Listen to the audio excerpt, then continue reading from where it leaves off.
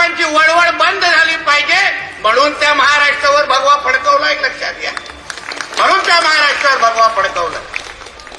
आणि म्हणून तुम्ही हिंदू म्हणून फिरत असताना आत्मविश्वासाने फिरा, हिमतीने फिरा. कोणी कुठलाही हिरवा साप इथे कोणी वळवळ करत असेल ना, ताईंचं मार्गदर्शन घ्या आणि नंतर मला एक फोन करा, फिर मेरा काम. तर का सहन करायचं? हिंदू राष्ट्रामध्ये राहतो ना आम्ही कोणी कुठल्या इस्लामिक राष्ट्रामध्ये, ख्रिश्चन राष्ट्रामध्ये राहत नाही.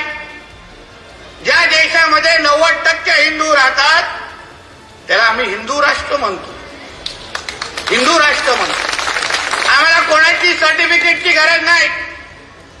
माझे काही पत्रकार मित्र विचारतात डॅममध्ये धर्मांतर करण्याचे, लव जिहादचे प्रकार होतात आणि मग आमचे हिंदुत्वादी कार्यकर्ते जाऊन तिथे विरोध करतात, थांबवतात.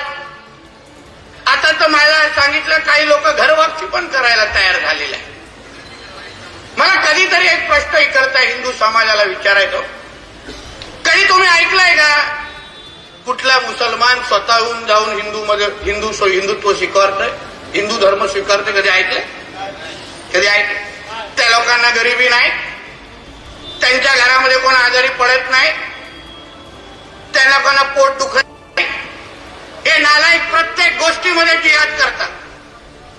लव जिहाद, लँड जिहाद, हलाल जिहाद, कॉर्पोरेट जिहाद, हे उठल्या बसल्या नुसतं जिहादसाठीच जन्माला घेतात. सकाळचे पहिली श्वास ते शेवटच्या पहिली श्वासापर्यंत जिहाद शिवाय काही करत नाहीत. गजवा हिंदच्या अंतर्गत हे लोकांना 2047 पर्यंत या आपल्या राष्ट्राला इस्लाम राष्ट्र करायचंय गजवा हिंदच्या अंतर्गत. त्यासाठी दिवस रात्र हिंदूंना टार्गेट करणं, जिहाद करणं, कुठल्याही पद्धतीने हिंदूंची जनसंख्या कमी करायचे आणि या राष्ट्राला इस्लाम राष्ट्र करायचं, हे ह्यांचे मनसुबे.